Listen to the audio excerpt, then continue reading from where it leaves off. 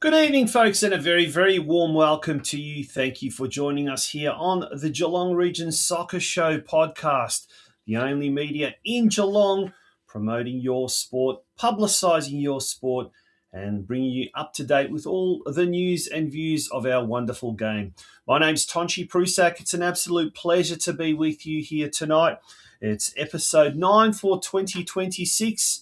And in total, 185 episodes. We're edging ever so close to that milestone 200 episode achievement, which I'm sure we will achieve later this year. We do need your support. We are still seeking a major sponsor, and a big, big thank you to all of our business advertising sponsors. Most notably, tonight's advertising sponsors, Curva Coaching, Geelong, EcoDuct, and J Hill Books. All three have been big supporters of this show in past years as well. And so we do need either a major sponsor, we need business advertising sponsors. For as little as $100 an episode, you can get your business promoted on the Geelong Region Soccer Show. Folks, tonight we've got a huge show. We're going to be catching up with the Surf Coast Football Club's senior men's team coaching team, the interim coach Tom Langman, and the newly appointed coach Ivan Biscan. They were 2-0 winners over Ivan Biscan's old team, Corio Soccer Club, last Friday night at Hume Reserve in what was an action-packed Men's State League 2 local derby. And we'll be hearing from them a little bit later on in the show. Our special guest for tonight is an interesting one. Bronwyn Coate is a soccer mum, a local soccer mum, but she's also a researcher at RMIT University. In fact, she's an associate professor, and she was the head of a team that conducted a study into adolescent girls and their participation in soccer and the impact on them, on their well-being by being involved with the club. We'll talk to Bronwyn a little bit later on in the show. We'll also talk about a very, very relevant topic that was, I guess, we need to keep it relevant because of certainly the fact that this year is an election year. We need to stitch up those politicians to not only promise but deliver on their promise of funding a regional facility. There was a report in the Geelong Advertiser over the weekend going on about that, quoting Eddie Contel, local councillor, who has been a big advocate for the push for a regional facility here in Geelong. We'll be talking about that a little bit later on in the show as well. Now, speaking of our sponsors, here's a word from one of our sponsors, and then after that, it's straight into the news desk, folks. The world is yours. So work hard, and you can have whatever it is you want.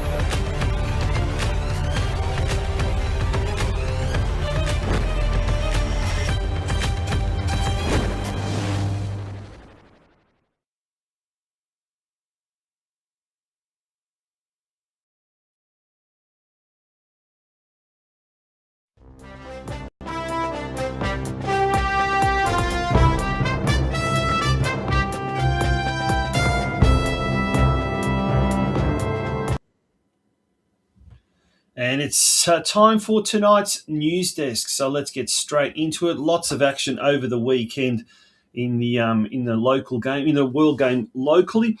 In Victorian Premier League Women, Round 8, Geelong Galaxy defeated Manningham United 1-0, and it was a lone goal by Anne Sugamore in the 31st minute. In fact, it was a penalty that gave the local girls all 3 points. That lifts them up to 5th spot on the ladder, up from 6th position last week. This weekend, on paper, an easy game against the Bayside Argonauts, who are in 10th position, in fact. They coming up against the 5th place Geelong Galaxy. Now, that game on Sunday at Shipston Reserve, kicking off at 3 p.m. Galaxy doing very, very well this season. Just a few points off the promotion zone. Round 11 in the Victorian Premier League men's competition, VPL 1 division, saw the North Geelong Warriors also defeat Brunswick City by a solitary goal. This goal was scored by Cassian Engel in the 28th minute. And North Geelong Warriors are doing very, very well at the moment. They're sort of mid-table. They've won more games than they've drawn. 6 games won, 5 games lost, and they maintain a mid-table position at the moment. On Sunday, they come up against the financially stricken, financially embattled Western United, which has been reported in media that they are once again the subject of some legal action to do with their finances. Not a good sign. There is quite a few Geelong youngsters and boys playing up at Western United in the academy side, so we're going to certainly be watching that with great interest. But in the meantime, this Sunday, May 10th, Western United are hosting North Geelong Warriors at the Ironbark Fields. Kickoff there is 2 p.m. And at the moment, as we can see, North Geelong in 7th position in a very, very competitive VPL 1 competition. Western United have got a very, very young side. They're in the 11th spot. No doubt there will be a lot of youngsters taking the field on Sunday against our Warriors. In men's State League 1 competition, Geelong defeated Western Suburbs 2-0. Matthew Coate scoring another goal in consecutive weeks. Ross Irving scoring the Lions' second goal. Geelong maintains their top spot with 5 wins and 1 loss from their opening 6 rounds. In State League 2, as we mentioned earlier, Corio lost to Surf Coast 2-0 in front of a big crowd at Hume Reserve. It was great to see. Lots and lots of people were there on hand from different clubs. The weather was fantastic. And after a scoreless opening half, Arthur Leray, former Corio footballer, the French import, he scored both goals for Surf Coast. It was 0-2. We also, after the game, I managed to catch up with the interim coach of Surf Coast, Tom Langman, and then immediately after that caught up with the newly appointed coach of Surf Coast, former Corio coach and former Geelong coach, Ivan Biscan.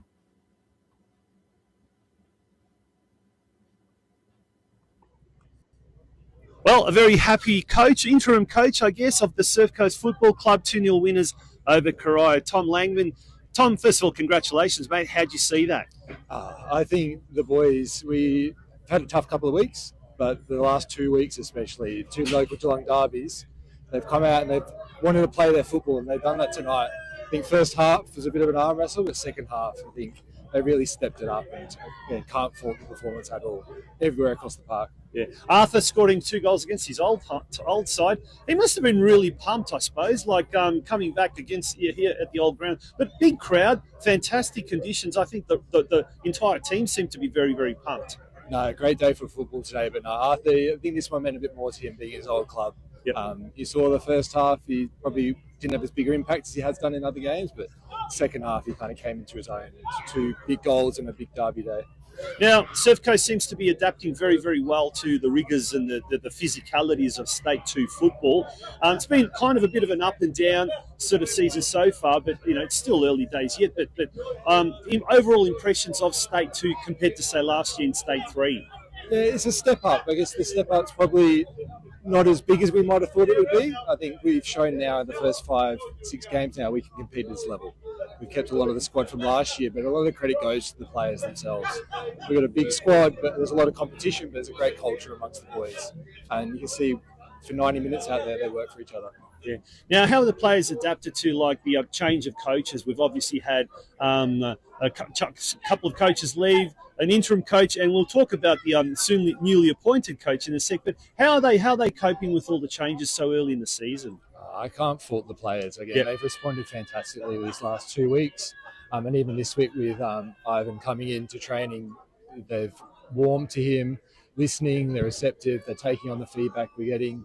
We're really looking forward to the next part of this season with Ivan in charge. Yes, you mentioned Ivan Biscan, and we'll hear from him just shortly. But it must be a real big boost for the club to have a coach, a calibre of Ivan, who has coached the State 1 level, who's coached the VPL 2 level, I guess. His experience and his knowledge, I think, is going to become really, really important to the Coasters for the rest of this season. Yeah, we've only heard good things about Ivan. Billy and Arthur both played under him last year. Yes. Corio, he's good friends with Rob Panetta, who's one of our football coordinators. We're really looking forward to what he can bring with his experience and kind of really take this squad to the next level. Yeah, and you're a club man, a real club man. You're a playing legend. You're a club coaching legend as well. You staying on in some form of capacity? Hopefully, just stepping back to a senior coordinator role but support where needed. So, yeah, it's just good to be involved. It's a great feeling amongst the club. 2 promotions in 2 years, and we just want to push as hard as we can this year. Yeah, and finally, mate, I guess look, if we go by ladder positions with the senior men's, overtaking Corio, overtaking Rangers, into that 3rd spot or the 3rd biggest club in the region. But I guess if you look at the senior women's doing very well at community level, the CPL with the girls, and then on top of that, 1,000+ players overall, it must be a very, very exciting place to be down at Banyule Warrior Reserve. It's a big club, and like the growth we've seen over the last 5 or 6 years is phenomenal. We've got a fantastic mini roos program with Curva as a partner club with Curva. The club seems to be going strength to strength. We've got the Metro boys this year, which is our advanced boys program, our CPL girls. It's just we're trying to grow on all fronts and not just focus on one area in particular. And we seem to be doing it. It's tough. There's a lot of players for not too many pitches, but I think it's credit to everyone across the club in making it work. Yeah, absolutely. And we've got the newly appointed coach at Surf Coast FC, Ivan Biscan. Ivan, well, first of all, congratulations on watching your new team win today. How did you see today's game? Oh, it was awesome. It was quite even in the first half, and obviously the slight changes at half time. I believe we had full control of that second half, so a deserved win, and off and flying onto next week. Yeah, and as speaking of next week, so this week you officially take charge of the team. You've had a really, really good interim transitionary team. Rob Panetta, Tom Langman, doing very, very well. Steve Christie, got to throw his name in as well. Yes, of course. Well, what are your intentions as far as implementing your own style, or just continuing, the winning ways, or what's your kind of philosophy? Obviously, there's not much that needs to be changed. The boys are dedicated. They're dedicated not only to the team but to the club, and to get that unity. You've done all the hard work in the background, so they're driven to finish as high as possible, and you never know what success will come this year. So, do you feel the pressure? I mean, two seasons, 2 promotions. The club is so ambitious; they really, really want to go far. Is the pressure on to make it 3 in a row? I don't look at it as pressure. I think I've said to the playing group, I said first challenge is to finish above Corio and Geelong Rangers, which will give us the so-called 3rd best team in the Geelong region from a pecking order, and that'll be an awesome accomplishment for the Coasters. So, but like I said, we'll dream big, and maybe we'll do our best to push to State 1. And Hume Reserve, the old stomping ground, was it a bit weird coming back to the old haunt? That was the biggest call to keep just the current momentum going and not let my emotions or other emotions into it. Great to see Arthur get 2 goals against his old team, a player I got across last year to Corio. So, memories he won't forget. And, it's awesome. Well, mate, blue and gold certainly looks good on you. Wishing you all the best for the season ahead and to Surf Coast as well. Yeah.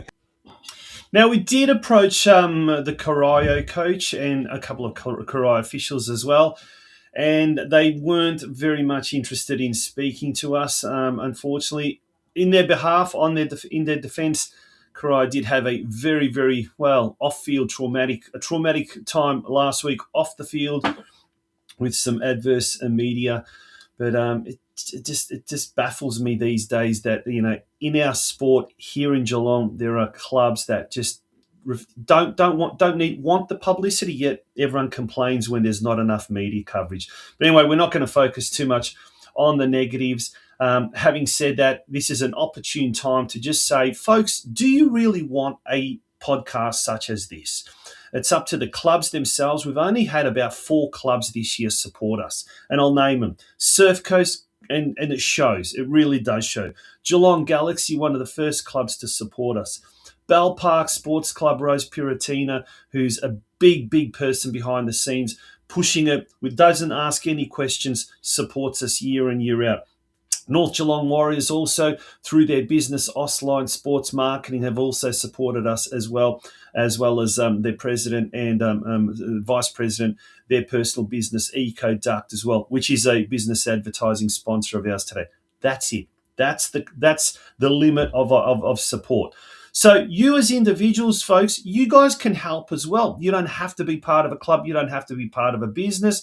And right down the bottom, you can sign up for as little as $5 a month. What is that? To become a member of the Geelong Region Soccer Show. It's basically a donation. You don't really get much anything in return except for the fact that you are supporting the operational costs of this podcast. And it's there, www.patreon.com/Geelong Region Soccer Show. There's a small band of very, very loyal followers, members. I thank them, each and every one of them, for their support and their ongoing support. But it ultimately comes down to, where do we want to see our sport go? Do we want to publicise the good things that are happening? Or do we want to just stay in our little enclaves, in our little micro communities, and then complain that we don't get enough publicity? We saw what happened last week in the Geelong Advertiser. We made the back page, we made the front page, but for all the wrong reasons, unfortunately. Okay, enough of that rant over. Let's go back to the men's state league competitions, the divisions, round 6. In State League 2, Williamstown drew with Geelong Rangers 1-1. Edward Leishman scoring Rangers' only goal. Bell Park continued their winning ways, and they're right up the top, looking very, very good in State League 4. 2-0 win. It was an own goal and a Nicholas Musso penalty as well. Over the page, we go to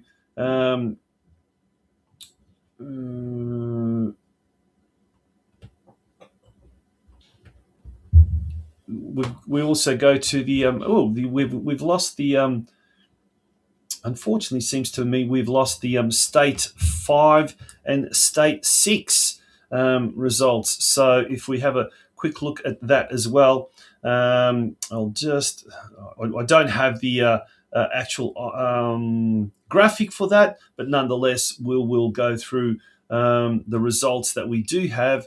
And we've got Deakin Ducks defeated Newport Storm drew 2-2. They defeated Newport Storm 2-0. Matthew Humphreys and Luke Dale scoring for the Ducks. Lara United lost to Heidelberg Stars 2-0. In State League 6, West Point lost to Barwon Soccer Club. A Finn Murphy goal. He's becoming a prolific goal scorer. Finn Murphy there. He scored for Barwon. They won 1-0 over West Point. And Ocean Grove lost to Truganina Hornets 2-3. David Favetta and Patrick Scusa scoring those goals. So if we now look at the fixtures for round 7 this coming weekend, Geelong in top spot take on Sydenham Park, who are 9th. And that game at Winslow Stadium on Saturday night, kicking off at 6 p.m. Massive game, massive crowd expected. It is the Macedonian Derby, so you can certainly expect there's going to be a phenomenal atmosphere at Winslow Stadium this Saturday night. So get yourself down there if your team's not in action, or if your team has finished by that stage. Another big local derby, or another big crowd expected in that. Speaking of local derbies, earlier in the day, up at Myers Reserve, Geelong Rangers hosting Corio. It's a game between two strugglers, so it's a must-win game for both these teams. Rangers currently in 10th position, Corio in 12th position, bottom of the ladder. To suffice to say, this is a must-win game for both those teams.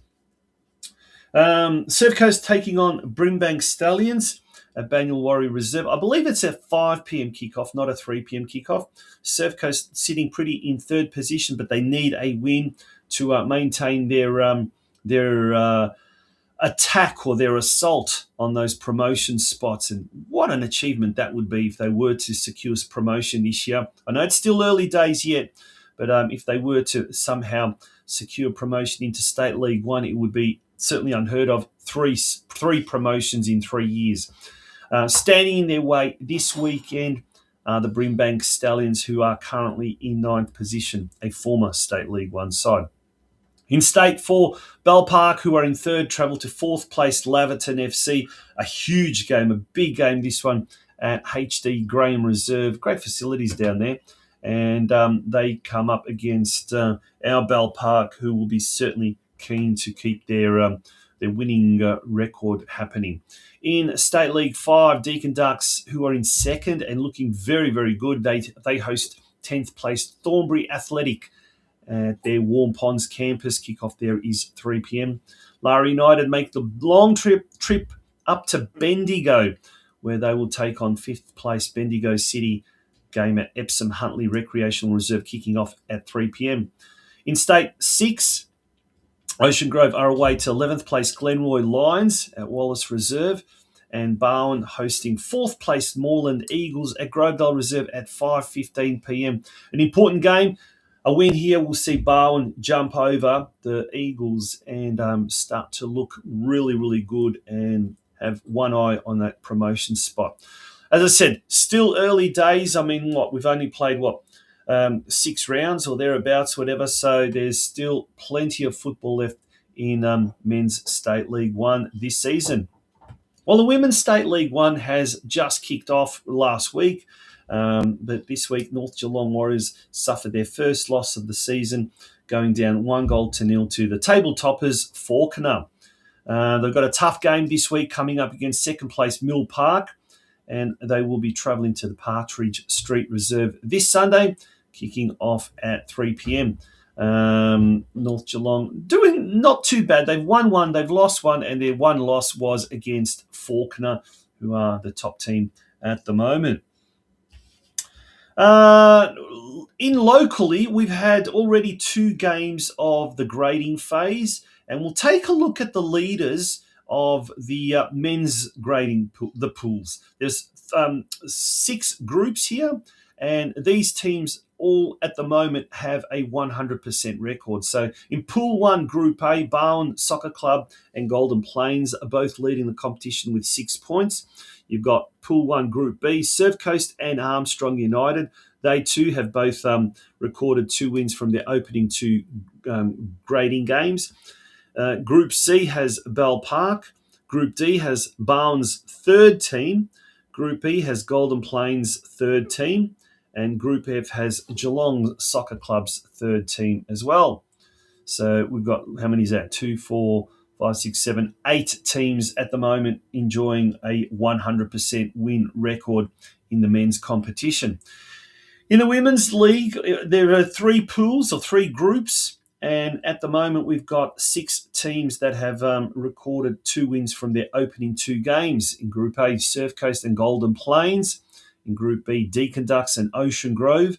And in Group C, Barwon and Bell Park. So that's a pretty good indicator of which teams we will be seeing playing in Division 1 of the men's and the Division 1 of the women's competition. Also, there's been a really big push at the moment from Football Victoria to respect the game and respect the people in it. No excuse for abuse. That's the motto. That's the catch cry at the moment. And last week, Football Victoria, through all of their various subsidiaries, if you like, including Football Victoria Geelong, but also clubs as well, are promoting this. There's a zero tolerance on behaviour, respecting the referees, and football should be a safe and positive experience for everyone involved, and that means respecting the referees, supporting players and keeping behaviour on the sidelines in check. There is no excuse for abuse at any level of the game. Football Victoria Spectator Code of Behaviour outlines the standards expected at all matches, including respecting match officials and their decisions, treating all participants with dignity, no verbal or physical abuse, no bullying, discrimination or harassment. We all play a role in creating the environment we want to be a part of. And just from personal experience, on the weekend, I was at Linesman, plucked out of the crowd for my son's game, and this is at VPL youth level. And it's amazing, like some of the players you expect, but it comes from the coaches as well. And if the coaches are a little bit over the top, and then particularly in a developmental environment, they should know better. But it's really funny. I think in that moment, a lot of coaches and a lot of players, they don't understand, I think, the offside rule. Quite simply, they don't understand the offside rule. And I think we need to go back to basics.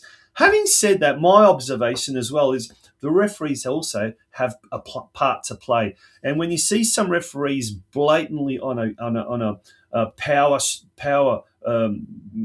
whatever you want to call it, from the moment they kick off, they've got they're very hostile in their dealings with players, particularly junior players. And I think this is where Football Victoria also has got a role to play in educating the referees to create that positive environment. So it goes two ways, and I'd certainly love to hear what your observations are, either as parents or as coaches or as players or as officials. Do the referees do enough to provide a positive environment, or are they very militant? Are they very, very hostile? And do they come across, when they try and explain their decision, they provide a little bit of a kind of a walk on eggshells type of environment? I would love to hear your thoughts on that. We're going to take a very, very short break, and when we return, it will be we're going to be talking about a topic that has been very, very relevant in recent months, recent years, and is going to become even more relevant, and that's the idea of a football or regional football facility for the Geelong area. EcoDuct is a Geelong-based business which manufactures an environmentally friendly low-profile duct system that is specifically designed for high-rise apartment applications where limited ceiling spaces are common. The innovative duct system is used to exhaust kitchen and bathroom ventilation where there are limited ceiling spaces. The only Australian-made PVC duct supplier in the country, EcoDuct, has full control over its stock and has an unlimited supply to ensure all projects run smoothly. They are 30% cheaper than the imported products and are 100% Australian made. Made from best environmental practices, their products are made of up to 50% recycled material and is 100% recyclable and compliant to all Australian standards.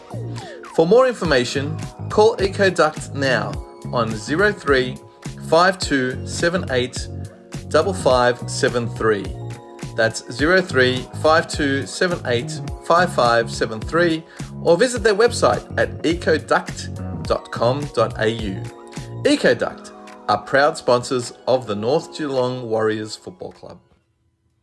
Yeah, welcome back to the Geelong Region Soccer Show podcast. It is episode 185. Now, on Saturday, in the Geelong Advertiser, there was an article, Grounds for Optimism, where Deputy Mayor welcomes imminent report on Soccer Hub. And it mentions there Councillor Eddie Contell, who has been a big friend of football in this region and has been a big friend of the show as well. It's saying a new Football Victoria report on a proposed regional soccer hub in Geelong's heartland is likely to be released in coming days. And that's the belief of City of Greater Geelong Deputy Mayor Eddie Contell. Contell said he welcomed the imminent release of the report, having been briefed on its findings and recommendation. He also said it was time for Football Victoria, Football Geelong and all levels of government to work together to deliver the project. The payoff for our community is extraordinary, and this is exactly the kind of legacy infrastructure a growing region like Geelong needs and deserves. Absolutely true. It is a topic that's very, very important, very, very relevant. And we're going to play a little bit of a clip from an interview with both Eddie Contel and Mike McKinstry, the chairman of Football Victoria Geelong. That was aired last year around about August, early August, but it's still very, very relevant. It's a topic that needs to keep on coming up. We need to keep it active. And with the state elections coming up next year, we know the state government is probably the main co-financier of a lot of these grants for sporting facilities. And how important was it to get Ella on board? And how, in your opinion, how did it go?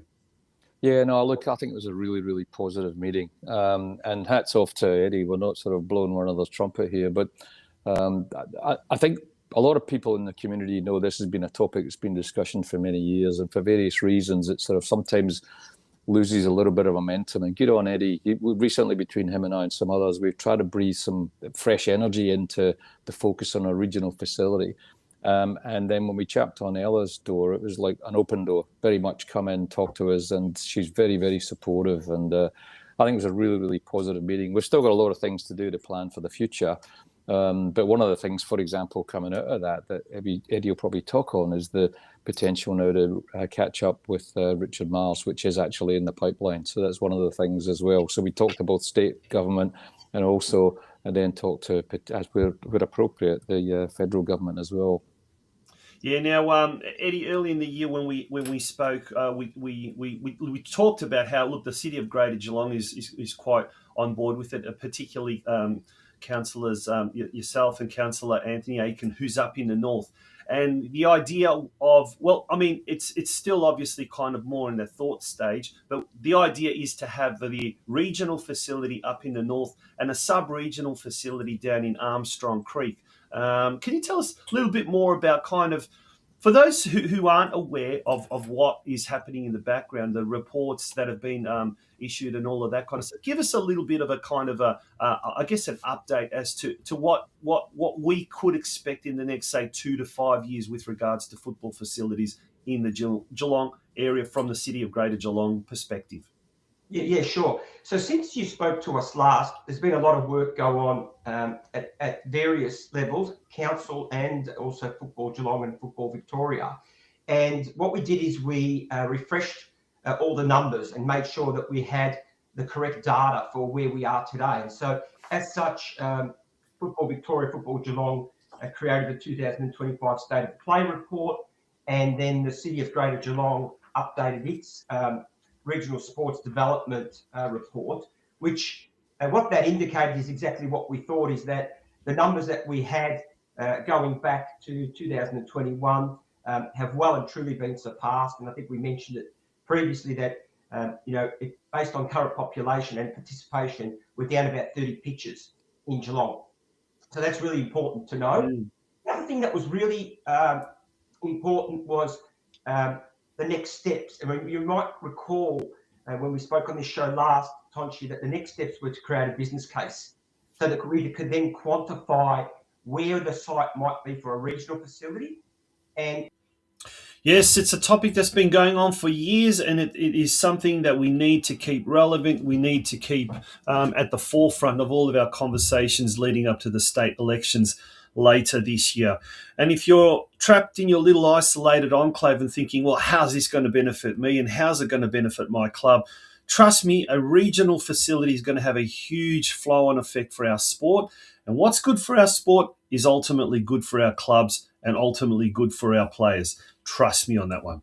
We're going to take a very short break, folks. When we return, we're going to be talking to our very, very special guest tonight, Associate Professor Bronwyn Coate from RMIT University, who has recently headed a university study into adolescent girls and their participation in soccer and the impact on their well-being by being involved with the club. Don't go away. That's coming up after this short break. What do we do at J Hill Books? For some clients, we process their payroll, accounts, and invoicing every week. For other clients, we check their data entry and reconcile their accounting software to their bank statement before lodging their quarterly BAS. We set up new accounting software files and train clients how to use them.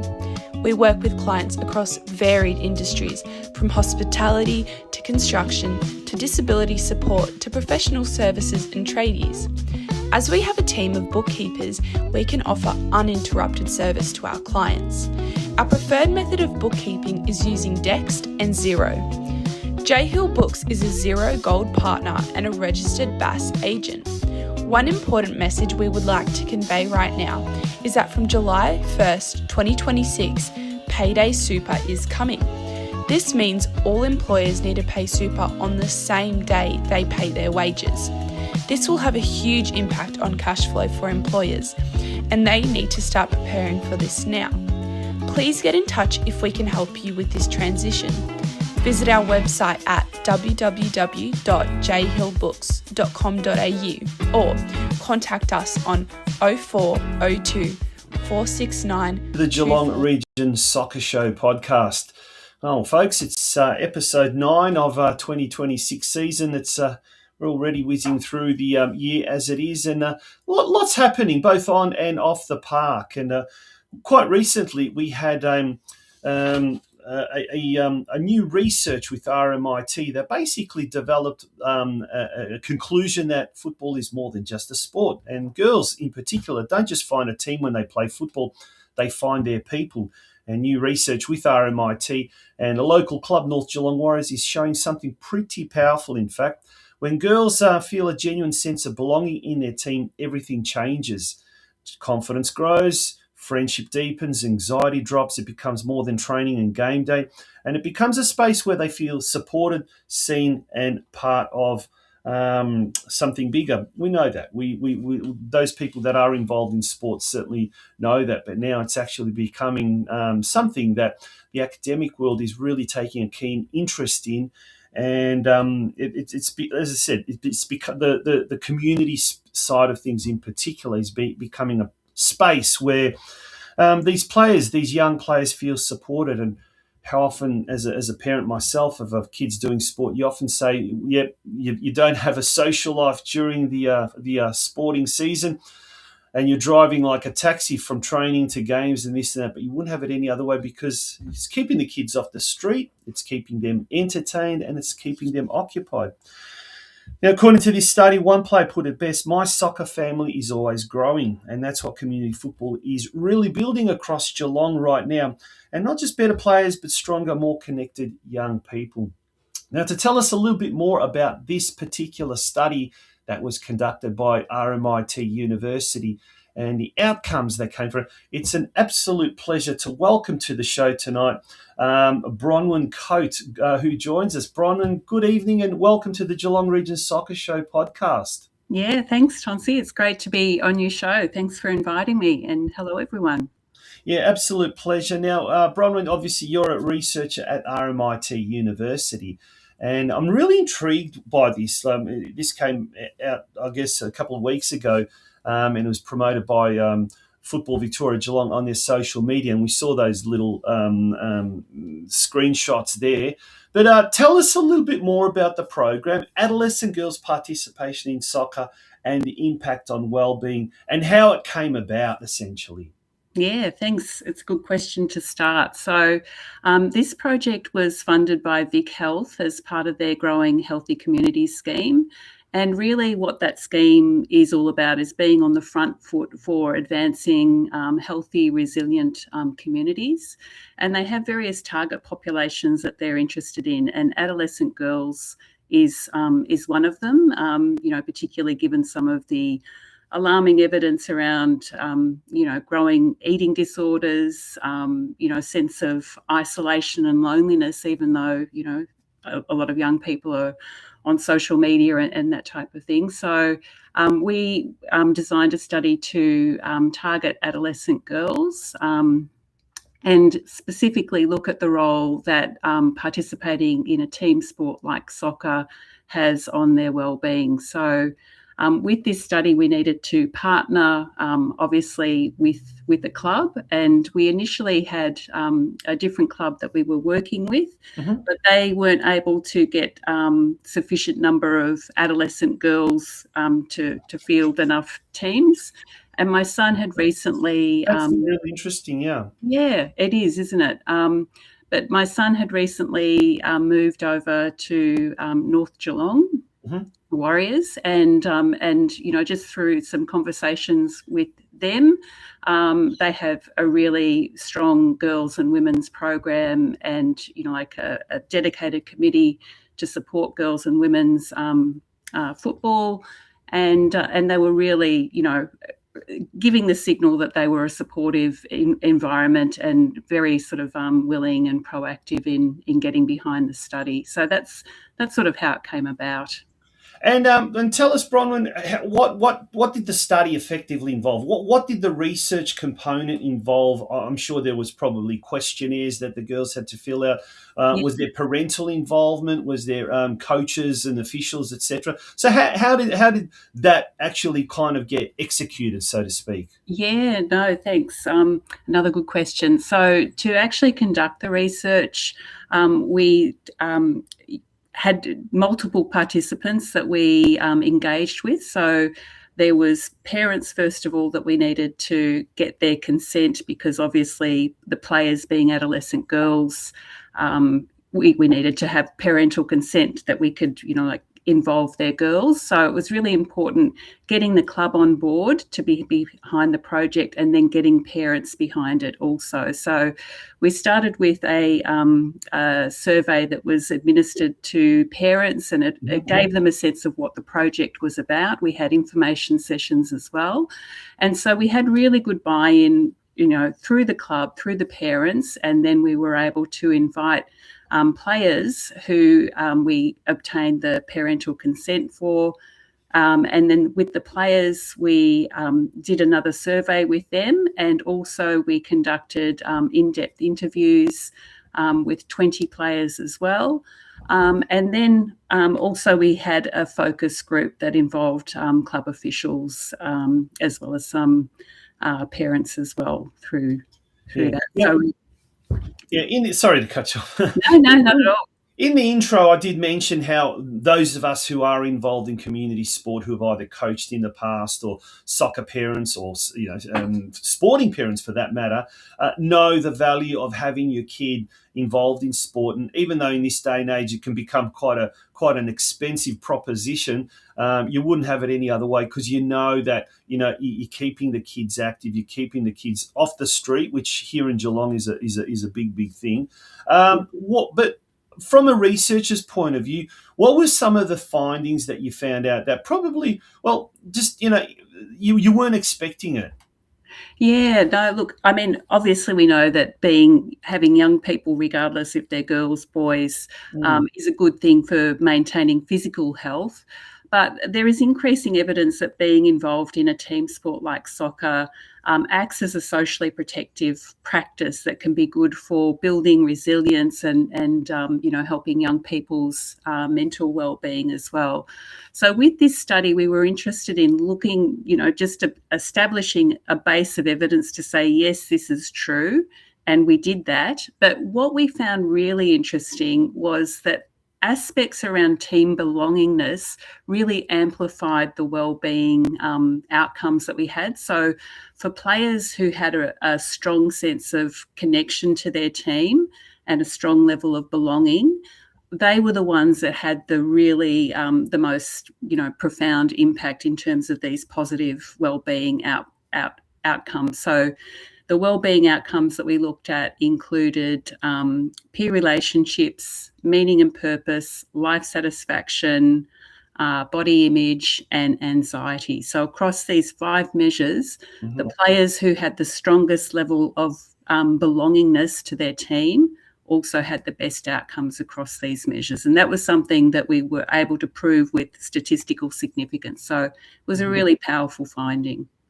And you've got a connection with North Geelong as well, but not through any girls. It's in fact your son, yes, who's recently started playing there. Tell us your experiences with your son and his connection there. And as I guess soccer parents now new to the club, how have you found that? Let's talk about that sense of belonging as well. Yeah, no, absolutely. So this is our second season now at North Geelong. And, certainly for us, it's been like a second family, which was a theme that came out from the interviews that we conducted with the girls talking about it that way. And I know very much for my son that he feels that way as well. So the club really does a great job with the coaches supporting, the players and the teams and just sort of building this sense of community that it's really so positive for the kids. They have new friends that they wouldn't otherwise have met and everything. So it's really good for that sense of community building and for parents as well. To get behind the team within this positive sort of environment, be cheering for other kids, not your own on the team and meeting new people again that you wouldn't necessarily meet otherwise, just with the shared purpose through the love of the beautiful game. It's really something special. So yeah. Now we talked, Bronwyn, a lot about the positives. Were there any negatives? Did you come across any kind of negative conclusions or outcomes that sort of kind of things that could be improved on, or things that could, I guess, just make the whole experience even better than it is? Yeah, I mean, in some of the interviews, some of the girls did sometimes experience, like, even though there overall was a benefit, for some of the girls, they occasionally felt some anxiety around their performance, which, not necessarily a good thing. But really the crucial thing in sort of mediating how that impacts is the messaging that they're getting from not just the coach, but also the parents as well. So I think parents need to sort of, really watch, how they're having conversations in the car ride home with kids, what they're saying, in cheering from, the sidelines and everything. So, as part of the sporting environment and the community, parents really need to sort of, watch the messaging that they're giving. So that was just, one thing that did come out that's potentially, a positive, but also can be a negative when that messaging is not quite right, and feeding some anxieties for players. Now, I guess in Geelong, there's several clubs that you could say have a bit of an identity crisis, in the sense that as they start to get towards the more elite side of things, they're having to, it's very performance orientated, it's very competitive, they're trying to be the best that they possibly can.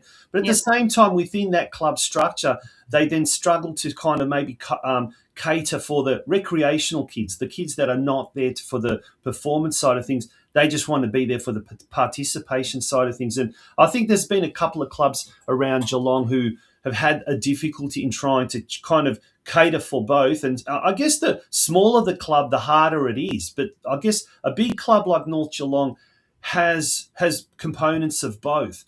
Does that affect that performance anxiety with a lot of the girls? They're wanting to have fun and they're wanting to enjoy, but then there's other girls in that team who are, looking at state representation or playing in the seniors. How did that kind of, was that a factor that kind of had some sort of an effect on some of the participants of the study?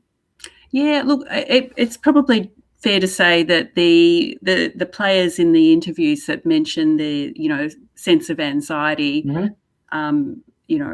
were more from the CPL teams rather than the community teams.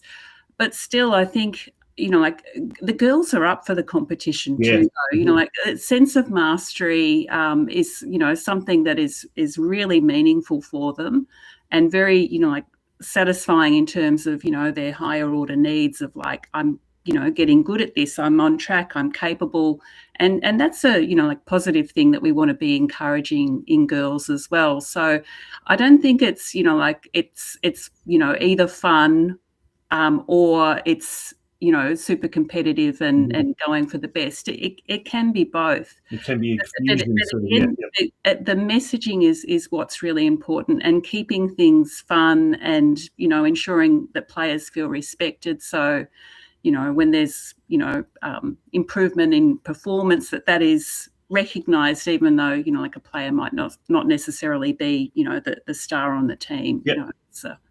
It's important. It's a fascinating subject, adolescent girls' participation in soccer and the impact on well-being, a study that has been recently conducted by RMIT University. And we're speaking with the head researcher, Associate Professor Bronwyn Coate. One of the things I love when I'm interviewing coaches of women's teams, and we had earlier this year, we spoke to Jake Butler from Geelong Galaxy, so I guess the highest ranked senior women's team here in Geelong.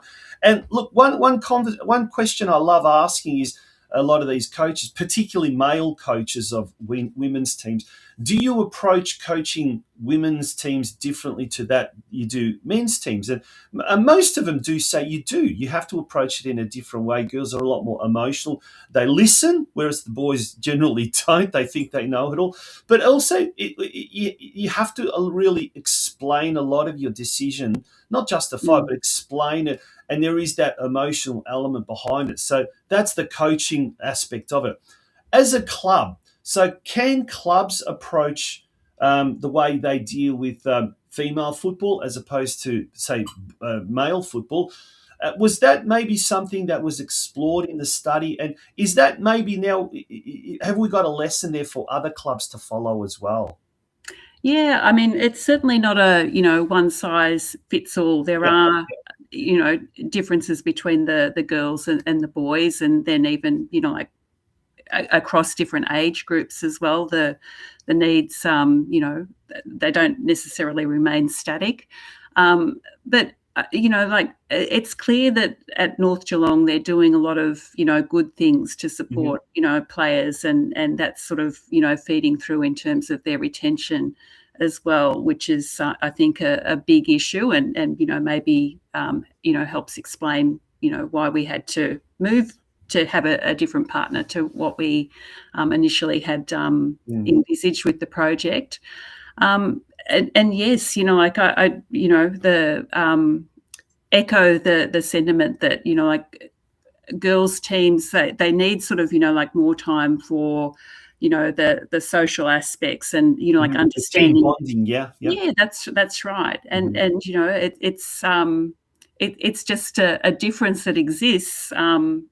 But it's not to say it's better or worse. It's just And look, my daughter plays basketball, and whereas my son plays football, and it's almost like a completely different environment. And you notice with the girls when they click as a group, and this is in basketball, I guess smaller teams and whatnot, they perform better. Yeah. And I think from what I've seen as well with soccer, for example, when the girls feel like a family, like a unit, and my own experience coaching senior women's was unreal. Like the girls on the bench were cheering and part of the team more so than the blokes. The blokes, there's a little bit of envy that they're not on the field sometimes. Yeah. And I want to get on the field. When can I get on the field? Coach, when am I going? And you notice that difference in the dynamics, particularly kind of, as you say, that family unit. So I guess if there's one good thing, or not one good thing, one certain outcome of this study is that clubs can really provide even more of a social experience for the girls. I guess even the boys, but particularly the girls. And if they're doing a great job now, do an even better job, and you're going to get an even better outcome, I suppose. Yeah, no, exactly. I mean, it's sometimes things like, having the club dinners after training. Yeah. I know that one of the teams that we looked at, they have, like a playlist, that the players, contribute to, and, it's music to, hype up before the games and during, during some of the drills, and, the girls just sort of, collaborating and sharing their music and stuff that way.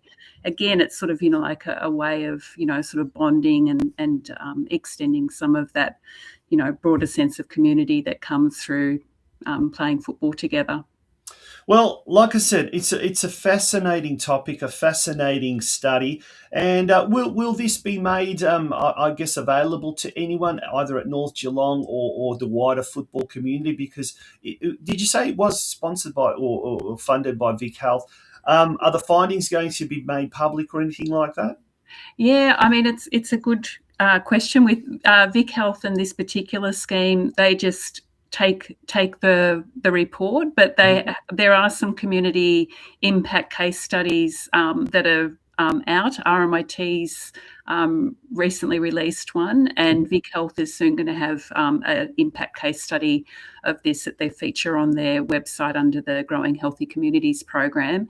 And I will also say that we are hoping to put in a sort of another grant application that will expand and build on this, that we would like to work with more teams within the Geelong region. So Yep, to make it a bigger and better study. So going from, growing healthy communities to an impact scheme, because I think, the benefits and lessons from this are really significant. And I think, for clubs that operate with limited resources, sharing and learning about what best practice to get, benefits for young people is really important.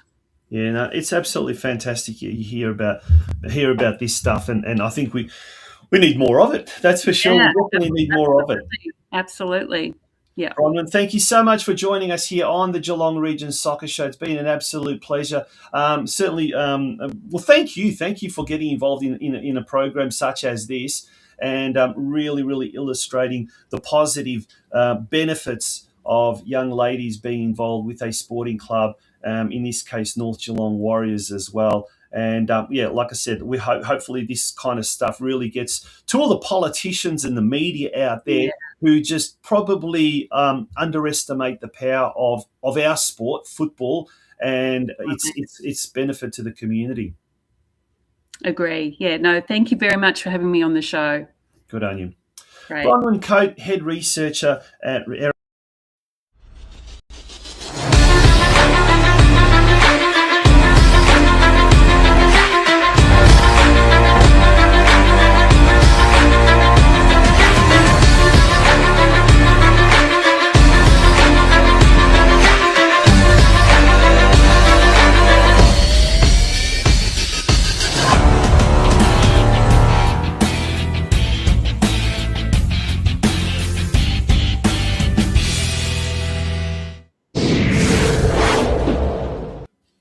Yes, and we just heard from Bronwyn Coate, the Associate Professor at RMIT University, who is the head researcher of that very, very interesting study. Folks, that brings us to the end of tonight's episode 185. We look forward to having your company again next Monday night at 8 p.m. In the meantime, get out and about, enjoy local football, go get to a game or two this weekend. There's a lot of interesting games coming up around the region. Until next week, good night from me. Bye-bye.